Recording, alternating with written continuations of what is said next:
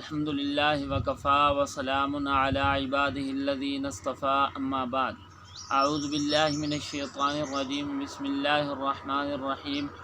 انا انزلناہ فی لیلۃ القدر صدق اللہ العظیم وصدق رسولہ النبی الکریم۔ معزز ناظرین و سامعین، السلام علیکم ورحمۃ اللہ وبرکاتہ۔ آج کی اس مجلس میں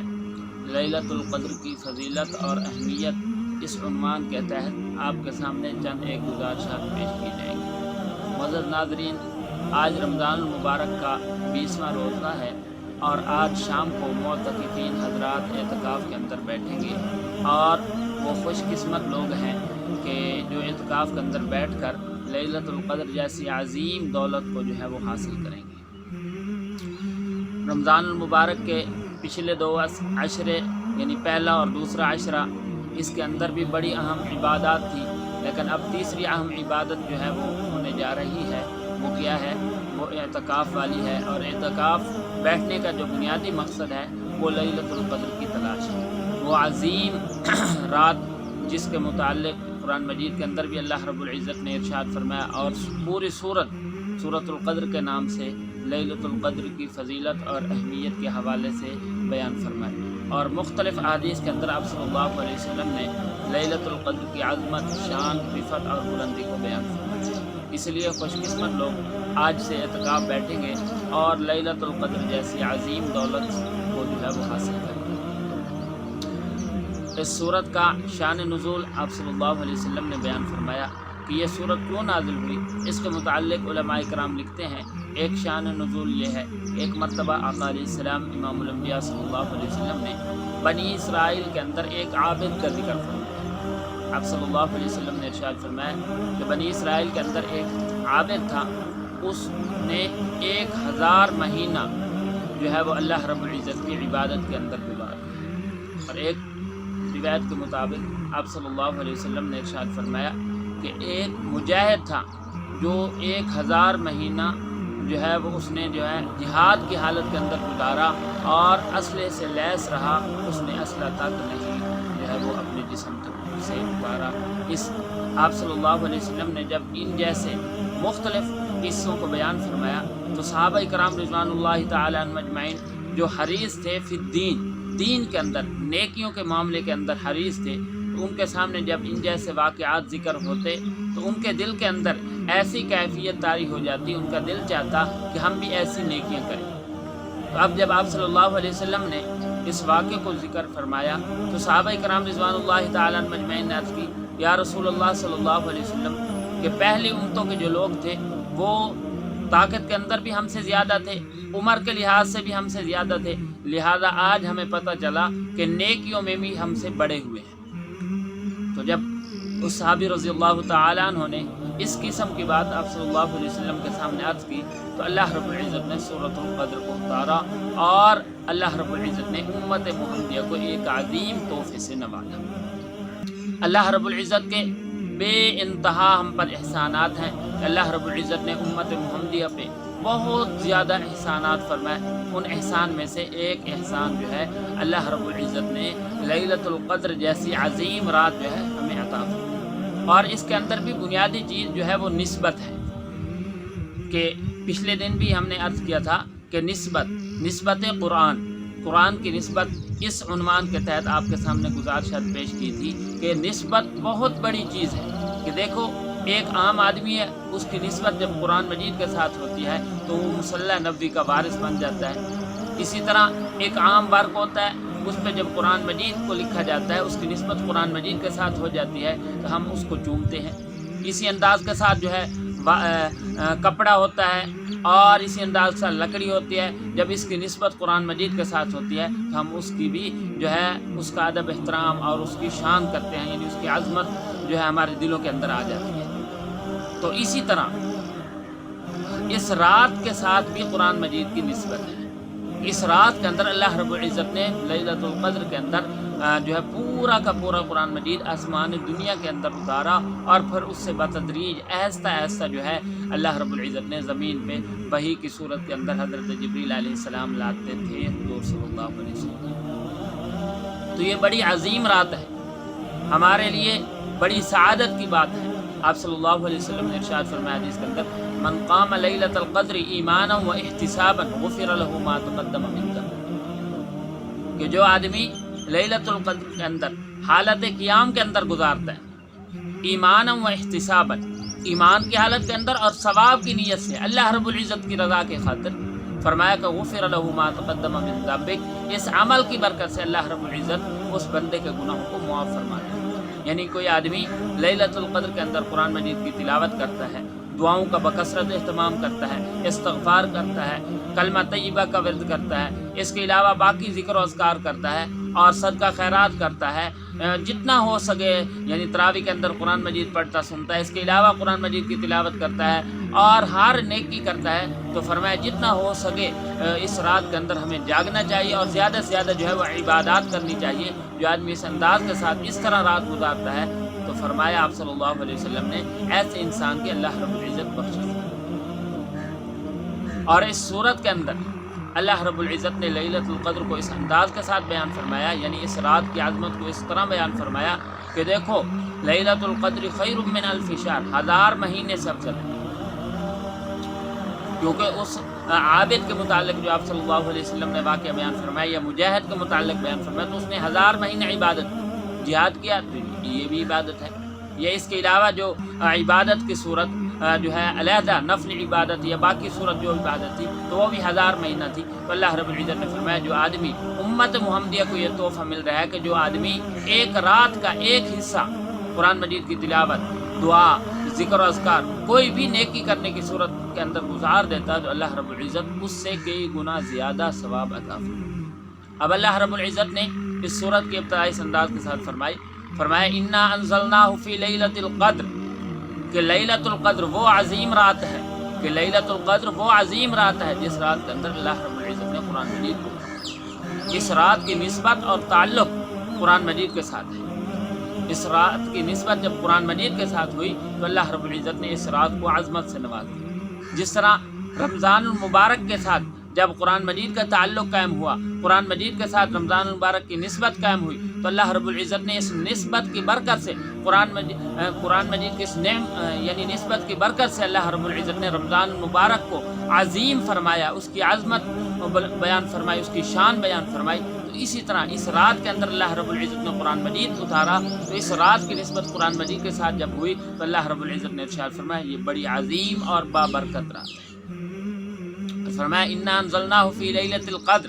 ہم نے اتارا اس کو قرآن مجید کو، اس کو سے مراد قرآن مجید کو، فی لیلۃ القدر، لیلۃ القدر کے اندر یعنی قدر والی رات کے اندر۔ وما ادراک ما لیلۃ القدر، اور ساتھ اللہ رب العزت نے فرمایا اے دنیا کے لوگوں کیا تمہیں پتہ ہے ما لیلۃ القدر، لیلۃ القدر ہے کیا؟ اس کی حقیقت تمہارے سامنے نہیں آ رہی، تمہیں اس کی حقیقت کا پتہ نہیں۔ لیلۃ القدر بیان فرمائی لیلۃ القدر خیر من الف شہر، فرمایا لیلۃ القدر کے اندر عبادت کرنا 1000 مہینے کی عبادت سے افضل ہے۔ لیلۃ القدر کے اندر صدقہ خیرات کرنا، قرآن مجید کی تلاوت کرنا، ذکر و اذکار کرنا، تراویح کے اندر قرآن مجید پڑھنا سننا یا جو بھی عبادت کی صورت ہے تمام کرنا، فرمایا لیلۃ القدر خیر من الف شہر، 1000 مہینے کی عبادت سے افضل ہے۔ اب کتنا افضل ہے یہ اللہ اور اللہ کے محبوب بہتر، ہمیں اس کے متعلق صرف یہی بتایا گیا لیلۃ القدر خیر من الف شہر، لیلۃ القدر کے اندر عبادت کرنا 1000 مہینے کی عبادت سے افضل ہے۔ اور اس کے اندر تنزل الملائکہ، اس کے اندر اللہ رب العزت کی رحمت کے فرشتے، اس رات کے اندر اللہ رب العزت کی رحمت کے فرشتے اترتے ہیں۔ اللہ رب العزت فرشتوں کو بھیجتے ہیں، اے میرے فرشتے جاؤ زمین کے اندر پھیل جاؤ اور دیکھو میرے بندے کیا کام کر رہے ہیں، کس کام کے اندر مشغول ہوتے ہیں۔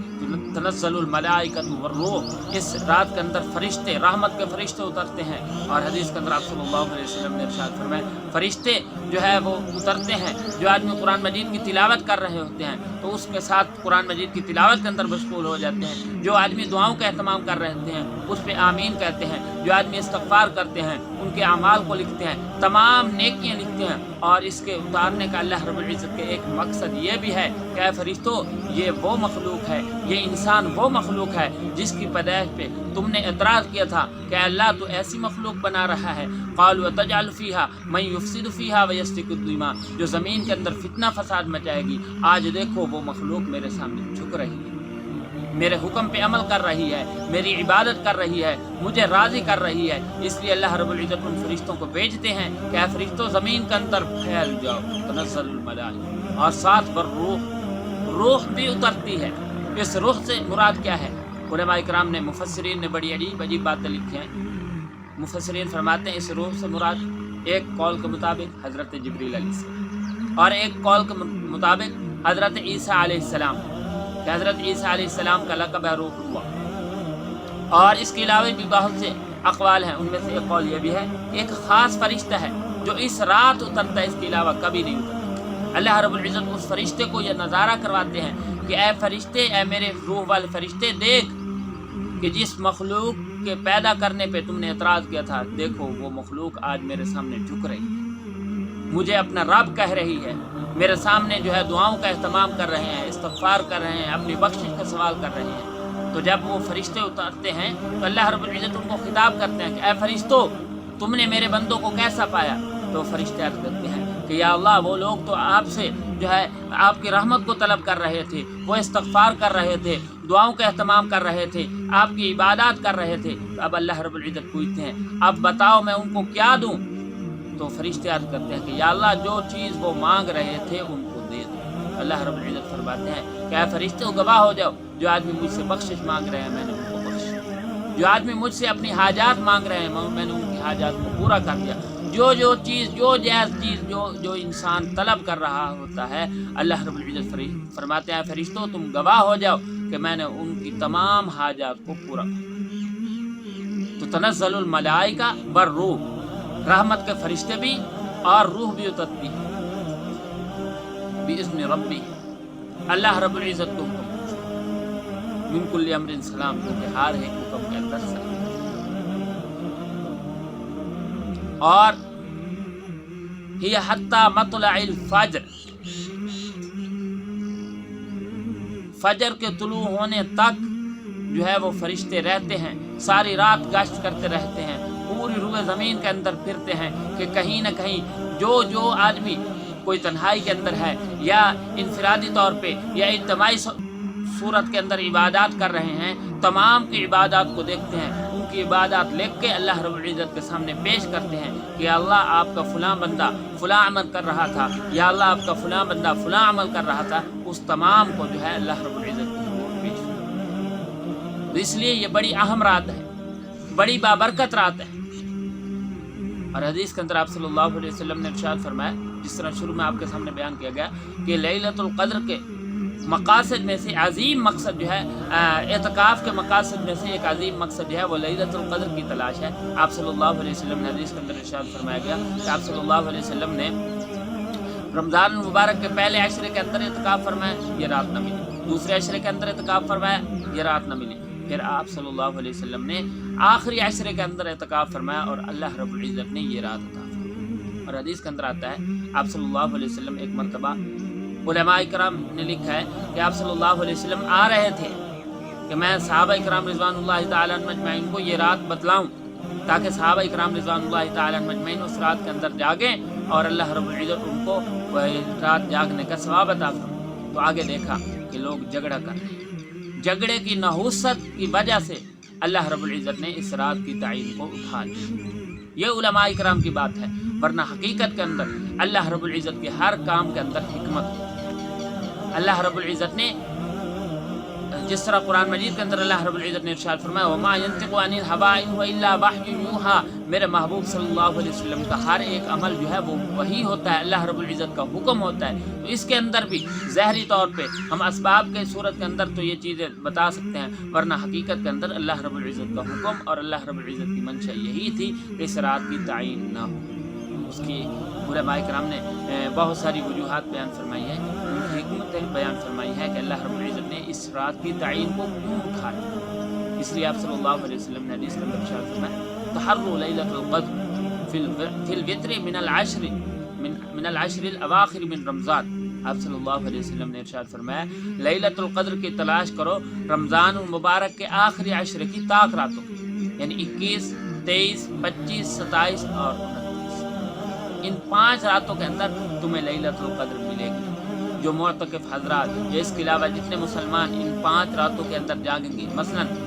فرض نماز، عشاء کی فرض نماز پڑھ لی، پھر اس کے بعد تھوڑی دیر عبادت کر لی، پھر سو گئے، پھر صبح کی فرض نماز پڑھ لی، پھر اللہ رب العزت کے حضور جو ہے دعاؤں کا اہتمام کر لیا، تو پوری رات جاگنے کا اللہ رب العزت ثواب دیتا ہے۔ اس لیے اب حضور صلی اللہ علیہ وسلم نے ارشاد فرمایا کہ آخری عشرے کی یہ جو ہے طاق راتوں کے اندر لیلۃ القدر کی تلاش کریں۔ اب اس کے اندر علماء کرام نے حکمتیں بیان فرمائی ہیں کہ کیوں، کس وجہ سے اللہ رب العزت نے اس رات کی تعین اٹھا لی۔ بہت ساری حکمتیں علماء کرام نے لکھی ہیں، یہاں پہ 2 آپ کے سامنے ہیں۔ ایک حکمت اٹھائی کیوں، تعین کیوں اٹھا لی، اس کو متعین کرنا کیوں اٹھا لی، اس کی وجہ یہ ہے کہ اگر کسی رات کی تعین ہو جاتی کہ فلاں متعین رات، مثلا 21 یا 23 یا 25 یا 27 یا 29، تو کوئی آدمی ایسا ہوتا کہ اس رات کے اندر سفر کرتا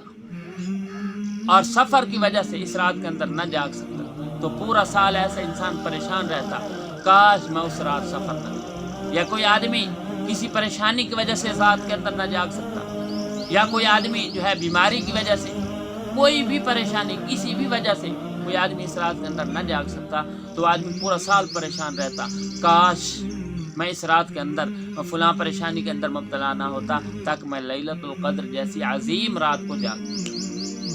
اب اللہ رب العزت نے اس کی تعین کو اٹھا لیا، تو کوئی آدمی اگر مثال کے طور پہ 21 کو نہیں اٹھ سکا، 21 رات یعنی 21 رمضان المبارک کے اندر کسی وجہ سے وہ عبادت نہیں کر سکا، تو اب اس کے دل میں تو ہے میں 23 کو کر لوں۔ اب کوئی آدمی 23 کو نہیں کر سکا، اس کے دل کے اندر خیال آتا ہے ہو سکتا ہے یہ رات 25 کے اندر ہو سکتا ہے یہ رات 27 کے اندر ہو سکتا ہے یہ رات جو ہے 29 کے اندر ہو، اور جس کی وجہ سے جب وہ عبادت کرے گا تو اللہ رب العزت جاگنے کا ثواب عطا فرمائیں گے، ایک وجہ اللہ رب العزت کی امت محمدیہ کا خاص جو ہے، اس کے اندر بھی امت محمدیہ پہ اللہ رب العزت کا خاص احسان ہے کہ اللہ رب العزت نے اس کی تعین کو اٹھا لیا تاکہ کوئی آدمی 21 کو نہیں جاگ سکا تو 23 کے اندر عبادت کر لے، 23 کے اندر نہیں کر سکا تو 25 کو، 25 کے اندر نہیں تو 27 کو یا 29 کو کر لے گا تو اللہ رب العزت جاگنے کا ثواب۔ اور دوسری وجہ یہ بھی امت محمدیہ پہ احسان ہے کہ مثلا اگر 21 یا 23 یا کوئی خاص رات متعین ہوتی تو جس طرح اس رات کے اندر جاگنے کا ثواب بڑا ہے، جس طرح ایک گناہ عام حالات کے اندر گناہ ہوتا ہے، ایک آدمی اپنے گھر کے اندر گناہ کرتا ہے اور دوسرا آدمی مسجد کے اندر گناہ کرتا ہے، اور معاذ اللہ ایک آدمی بیت اللہ کے اندر گناہ کرتا ہے، تو ان کے اندر فرق ہے۔ جس طرح اس رات کے اندر عبادت کرنے کا زیادہ ثواب ہے، اسی طرح اس رات کے اندر گناہ کرنے کا بھی بڑا گناہ ہے۔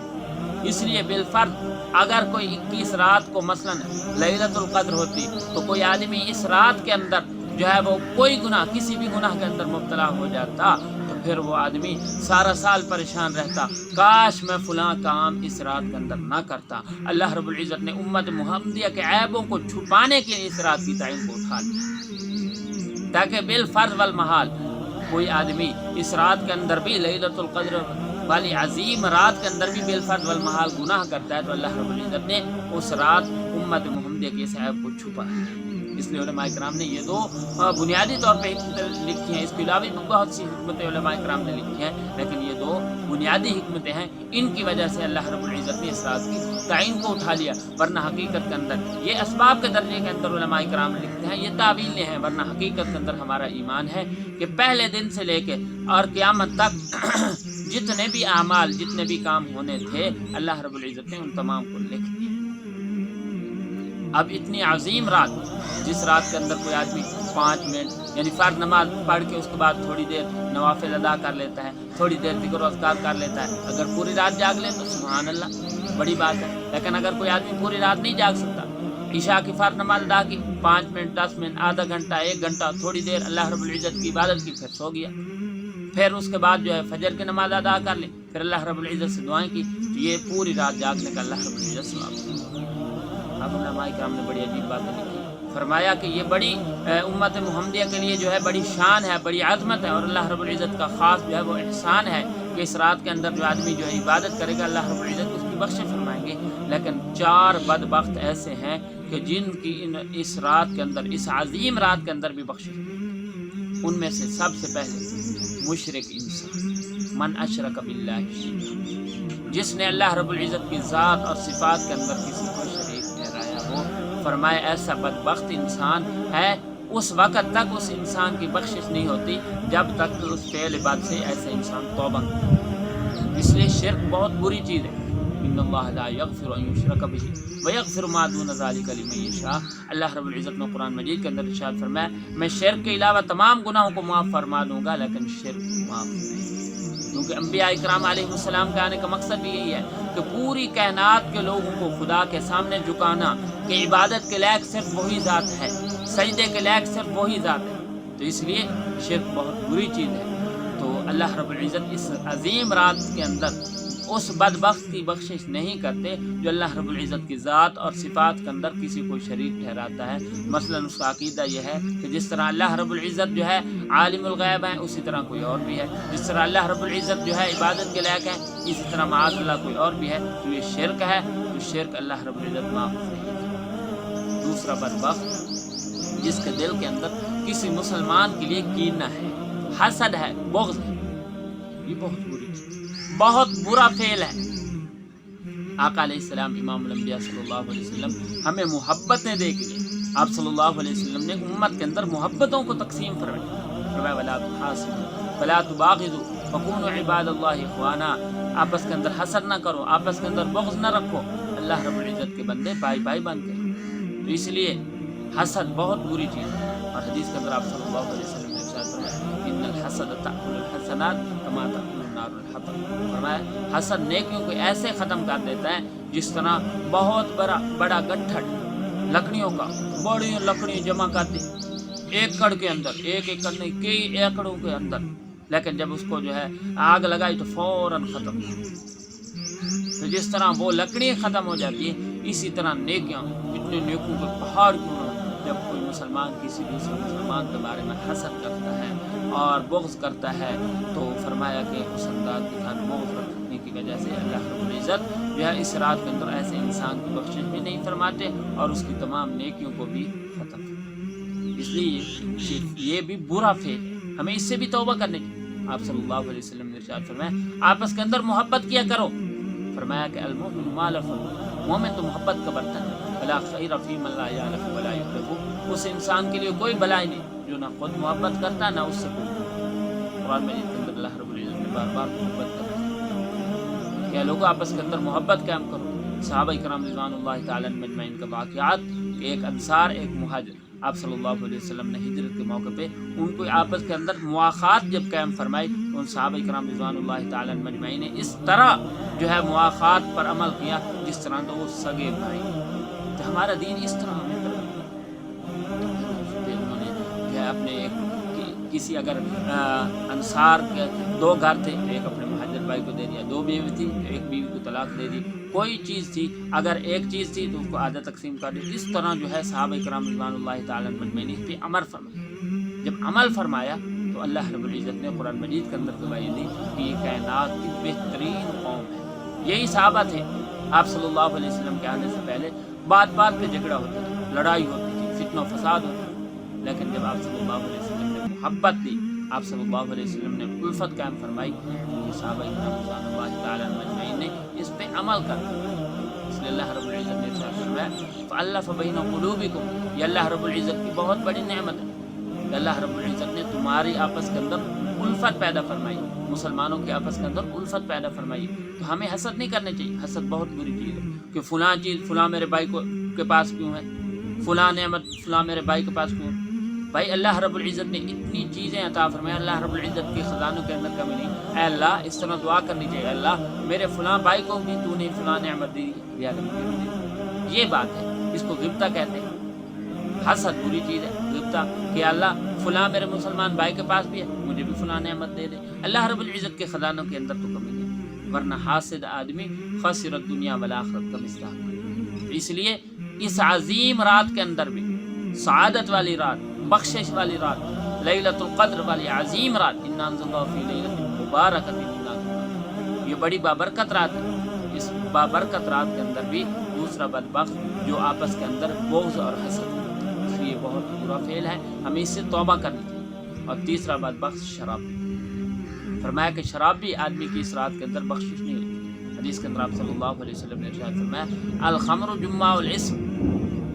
شراب تمام برائیوں کی جڑ ہے۔ کہ شراب کے نشے کے اندر جب آدمی چلا جاتا ہے تو پھر کسی چیز کی تمیز نہیں رہتی، بڑے چھوٹے کا ادب نہیں رہتا، ماں بہن کی تمیز نہیں رہتی، کسی بھی چیز کی تمیز نہیں رہتی۔ تو اس عمل کی وجہ سے ایسے انسان جو ہے وہ خسر الدنیا والآخرت کا مصداق بن جاتا ہے۔ تو اس لیے یہ بھی فعل بد ہے، لہذا اس سے بھی توبہ کرنی چاہیے۔ اور چوتھا بدبخت فرمایا کہ جو والدین کا نافرمان، والدین ہمارے لیے بڑی عظیم جو ہے وہ سعادت ہے، ہمیں والدین کی جو ہے فرما برداری کرنی چاہیے۔ والدین کی فرما برداری کا اللہ رب العزت نے بار بار حکم فرمایا، اس لیے حدیث کے اندر آپ صلی اللہ علیہ وسلم نے ارشاد فرمایا یہ تو ایسے ہیں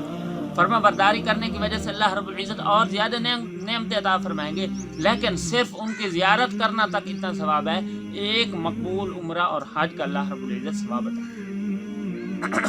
تو اس لیے